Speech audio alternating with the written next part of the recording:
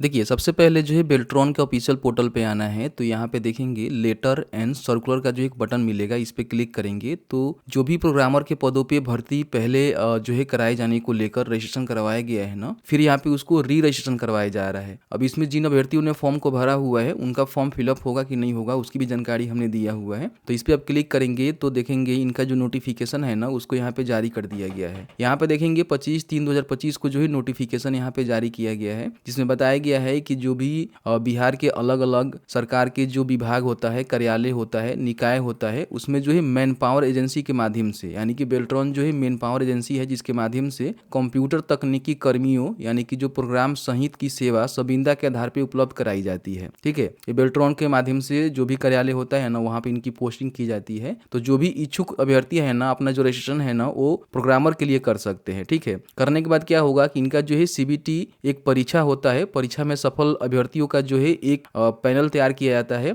और उसी पैनल में से समय आने पर जब भी विभाग के द्वारा प्रोग्रामर के पदों पे भर्ती को जानकारी मांगी जाती है तो बेल्ट्रॉन जो है जो भी अभ्यर्थी है उनको भेजता है काम करने के लिए। ठीक है, तो कहीं ना कहीं संविदा के आधार पर भर्ती होने वाला है और पूरी तरह से जो है सरकारी नौकरी आपका नहीं रहेगा। इन बातों को विशेष रूप से ध्यान रखेंगे। ठीक है, तो अगर आप इच्छुक हैं, योग्य हैं, फॉर्म भरना चाहते हैं तो फॉर्म को भर लीजिएगा। बताएंगे कैसे जो है फॉर्म को भरना है। यहाँ बताया गया है कि अगर आपने बीटेक किया हुआ है सीएस से तो फॉर्म को भर सकते हैं, या फिर आपने बीई किया हुआ है सीएस से तो भी फॉर्म को भर सकते हैं, या फिर आपने एमसीए बीएससी इंजीनियरिंग सीएस से किया हुआ है तो भी फॉर्म को भर सकते हैं, एमएससी आईटी किए हैं, बीटेक आईटी किए हैं, एमएससी सीएस किए हैं, या फिर इस प्रकार का कोर्स है बी लेवल का तो भी आप यहाँ पे फॉर्म को भर सकते हैं। आपका जो उम्र है ना 1/8/2024 को कम से कम 21 और अपर एज जो है 59 साल के बीच में होनी चाहिए, तो आप यहाँ पे फॉर्म को भर सकते हैं। बाकी यहाँ पे आरक्षण का भी बेनिफिट आपको देखने को मिलता है और 28 दिन से इनका जो रजिस्ट्रेशन है ना शुरू कर दिया गया है। बताएंगे कैसे जो है फॉर्म को भरना है। बताया गया है कि ऑनलाइन रजिस्ट्रेशन हेतु सभी अभ्यर्थियों को रजिस्ट्रेशन शुल्क के रूप में 1000 रुपया का पेमेंट करना होगा।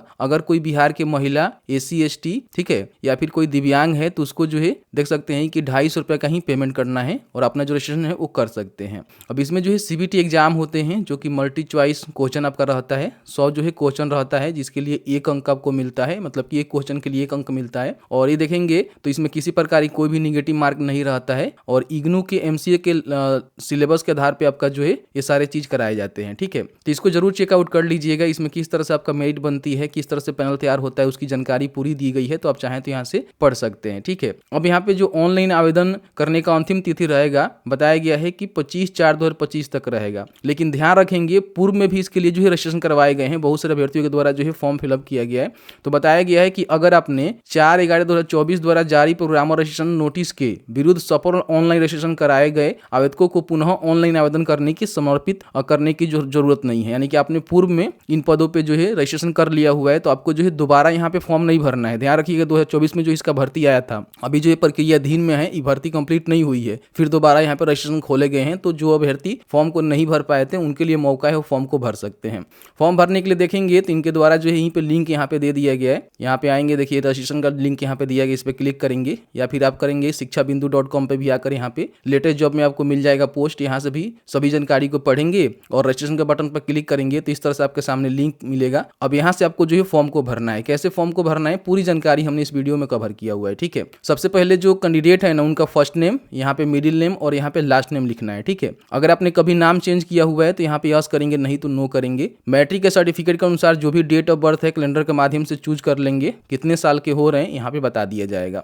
अपना जेंडर बताना है कि मेल है कि फीमेल है। फिर एक मोबाइल नंबर को कंफर्म करेंगे। कोई आपके पास अल्टरनेटिव मोबाइल नंबर है तो वो भी आप यहाँ पे दे सकते हैं। ईमेल एड्रेस यहाँ पे डालेंगे और ईमेल एड्रेस को कंफर्म करेंगे। ठीक है, उसके बाद जनरेट ओटीपी के बटन पे क्लिक करेंगे। यहाँ पे आपको जो है कैप्चा दिख रहा होगा, कैप्चा को यहाँ पे डालेंगे, सबमिट के बटन पे क्लिक करेंगे। अब यहाँ पे आपने जो भी नंबर और ईमेल एड्रेस दिया हुआ है ना वहाँ पे ओटीपी सेंड किया गया है, ओके के बटन पे क्लिक करेंगे। तो यहाँ पे अपना जो भी ओटीपी है उसको इंटर करना है। उसके बाद वैलिडेट के बटन पे क्लिक करेंगे। आपका ओटीपी वेरीफाई हो जाएगा, यहाँ पे एग्री करना है। एग्री करने के बाद कैप्चा को फिल करना है, रीवेरीफाई के बटन पे क्लिक करना है। जो भी जानकारी आपने फिल आउट किया हुआ है सभी जानकारी यहाँ पे देखने को मिलेगा। आपको लगता है सही है तो यहाँ पे टिक करना है। ठीक है, अगर आपको लगता है कि कुछ गलती हो गया है तो आप यहाँ पे बैक जाकर सुधार कर लीजिएगा। उसके बाद यहाँ पे सबमिट के बटन पे क्लिक करेंगे। तो इस तरह से आपका जो रजिस्ट्रेशन है ना सक्सेसफुल कंप्लीट होता है और आपको जो रजिस्ट्रेशन नंबर और जो भी पासवर्ड होता है आपके नंबर पे सेंड कर दिया जाता है। ओके के बटन पे या फिर क्लोज के बटन पे क्लिक करेंगे। अब यहाँ पे फॉर्म भरने के लिए आपको जो है गो टू एप्लीकेशन का जो बटन दिखाई दे रहा है ना इस पे आपको क्लिक करना है। कुछ जानकारी आपने पहले से फिल आउट किया हुआ है जो आपको देखने को मिलेगा। यहाँ पे अपना जो मैरिटल स्टेटस है बताएंगे कि आप मैरिड हैं कि अनमैरिड हैं। यहाँ पे फादर का नेम, मदर का नेम। नीचे आएंगे तो यहाँ पे जो भी पोस्ट नेम देखेंगे तो आपको जो है प्रोग्रामर ही देखने को मिलेगा, क्योंकि इसी पदों पे आप भर्ती के लिए आवेदन कर रहे हैं। यहाँ पे अपना जो भी नेशनलिटी है वो बताएंगे, तो यहाँ पे इंडियन ही आपको बताना है। अगर आप बिहार से हैं तो यहाँ पे यस करेंगे, ठीक है। रिजर्वेशन का जो है बेनिफिट आपको मिल जाएगा, नहीं है तो नो करेंगे। तो यहाँ पे देखेंगे अपना जो स्टेट है उसका सिलेक्शन करके और सीधे आप जो है यूआर में यानी कि ऑन रिजर्व में जाएंगे। अगर आप यहाँ पे यस करते हैं तो अपना कैटेगरी बताएंगे किस कैटेगरी से आते हैं, BC1 है, BC2 है, SC/ST है, EWS है, जो भी आपका कंडीशन है आप यहाँ पे बताएंगे, ठीक है। उसके बाद यहाँ पे क्या करेंगे कि अपना जो भी कैटेगरी सर्टिफिकेट डिटेल्स है, जैसे कि मान लीजिए यहाँ पे आप SC/ST का सिलेक्शन कर रहे हैं तो अपना जो जाति प्रमाण पत्र है उसकी जानकारी देंगे। BC/BC का सिलेक्शन कर रहे हैं तो यहाँ पे अपना जो भी NCL है ना उसकी जानकारी आपको देना है, ठीक है। तो कैटेगरी सर्टिफिकेट इशू अथॉरिटी बताएंगे कहाँ से इशू हुआ है। कैटेगरी सर्टिफिकेट इशू डेट आपके जो है सर्टिफिकेट पे देखने को मिल जाएगा। कैटेगरी सर्टिफिकेट सीरियल नंबर आपको जो है आपके सर्टिफिकेट पे देखने को मिल जाएगा, वो आपको यहाँ पे डाल देना है। यहाँ पे आपको डोमिसाइल सर्टिफिकेट भी देना पड़ेगा, क्योंकि आप बिहार से हैं तो कहीं ना कहीं साबित करना होगा कि यहाँ बिहार से हैं, तो इसके लिए आपको निवास देना पड़ता है।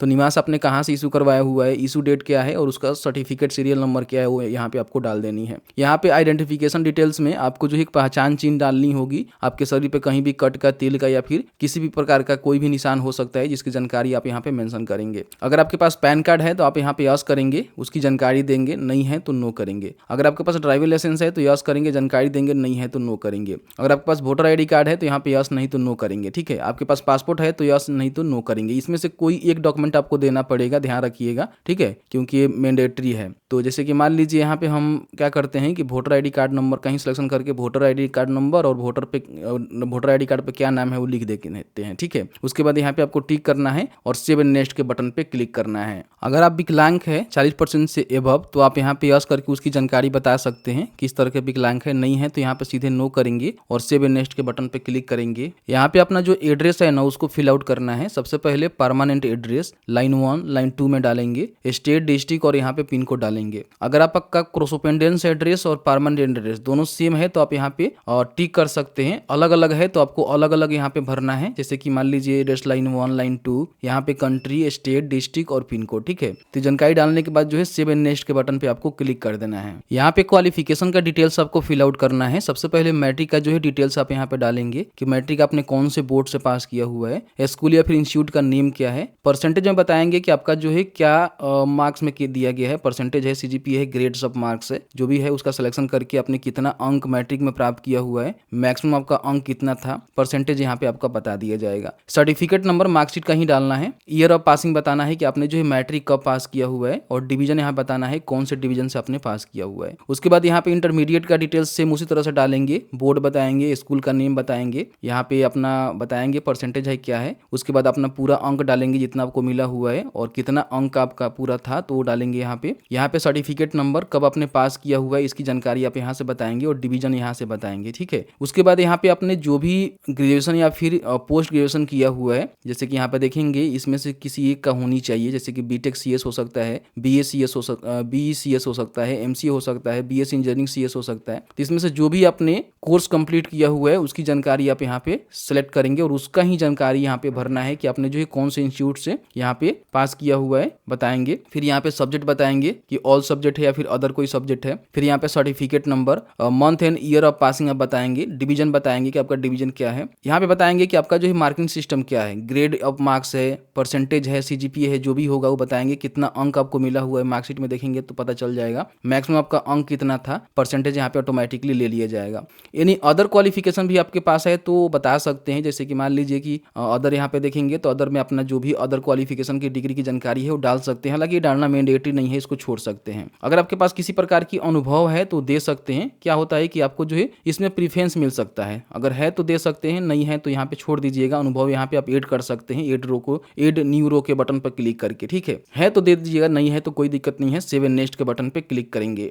अब यहाँ पे जहाँ भी आप टेस्ट देना चाहते हैं उस सिटी का जो है सिलेक्शन करेंगे। जैसे कि यहाँ पे देखेंगे तो आपको हम दिखाना चाहेंगे, ठीक है। इस तरह से आप यहाँ पे क्लिक करेंगे तो देखेंगे बिहार ही आपको देखने को मिलेगा। बिहार में आप कहाँ देना चाहते हैं तो पटना ही आपको देखने को मिलेगा, तो पटना का सिलेक्शन आप यहाँ से कर लेंगे, ठीक है। उसके बाद सेव एंड नेक्स्ट के बटन पे क्लिक करेंगे क्योंकि यहीं पे जो आपका CBT टेस्ट होने वाला है, तो यहाँ पे इसको सिलेक्ट कर लीजिएगा, सेव एंड नेक्स्ट के बटन पे क्लिक कर कर दीजिएगा। यहाँ पे आपको जो है डॉक्यूमेंट अपलोड करना है, ध्यान रखिएगा। सबसे पहले जो है आपको यहाँ पे फोटो अपलोड करना है, ठीक है। इस पे क्लिक करेंगे तो इसकी पूरी जानकारी बताई जाएगी कि आपका जो फोटो है ना 50 KB से लेकर 80 KB के बीच में होनी चाहिए 230 DPI में, ठीक है। और आपका जो कलर जो है फोटोग्राफ होनी चाहिए, बताया गया है कि प्री सेव रिसेंट जो है पासपोर्ट साइज कलर फोटोग्राफ आपके पास होनी चाहिए। तो इसको आप यहाँ पे इजीली जो है क्लिक करके अपलोड कर सकते हैं। व्हाइट बैकग्राउंड के साथ होनी चाहिए, ध्यान रखिएगा। बताया गया है कि passport size colour photo white background के साथ आपका होनी चाहिए। तो इस तरह से आपको जो है फोटो बनाकर यहाँ पे क्लिक करके आपको अपलोड कर देना है, ठीक है। उसके बाद यहाँ पे सिग्नेचर आपको अपलोड करना है, तो इस पे क्लिक करेंगे तो बताया गया है कि 50 से लेकर 80 KB के बीच में आपका जो सिग्नेचर है ना वो होनी चाहिए, तो यहाँ पे अपलोड कर देंगे। फिर यहाँ पे 10th का जो सर्टिफिकेट होता है ना वो आपको अपलोड करना है। बताया गया है कि 100 KB से लेकर 300 KB में JPG PDF फॉर्मेट पे भी रहेगा तो आप अपलोड कर सकते हैं, तो यहाँ पे अपलोड कर सकते हैं। फिर यहाँ पे 10वीं का मार्कशीट, सर्टिफिकेट मार्कशीट अलग होता है तो दोनों अलग अलग अपलोड करेंगे। फिर यहाँ पे 12वीं का सर्टिफिकेट और यहाँ पे मार्कशीट, ठीक है, सेम वही साइज रहेगा। यहाँ पे जो है अगर आपने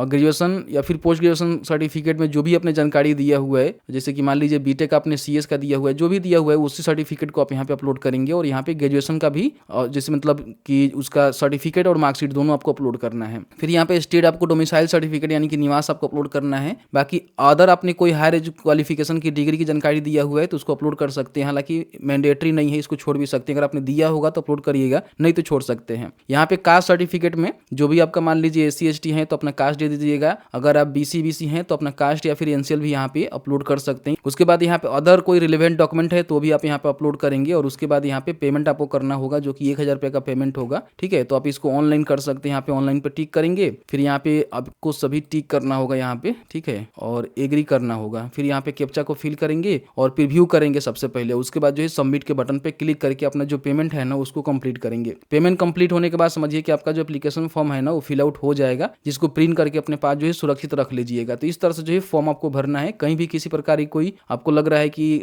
दिक्कत हो रहा है या फिर कोई आपके मन में सवाल है तो कमेंट सेक्शन में कमेंट करके बता सकते हैं। जहां तक हमारी नॉलेज होगी हम आपके साथ जरूर साझा करने की कोशिश करेंगे। वीडियो देखने के लिए बहुत बहुत धन्यवाद।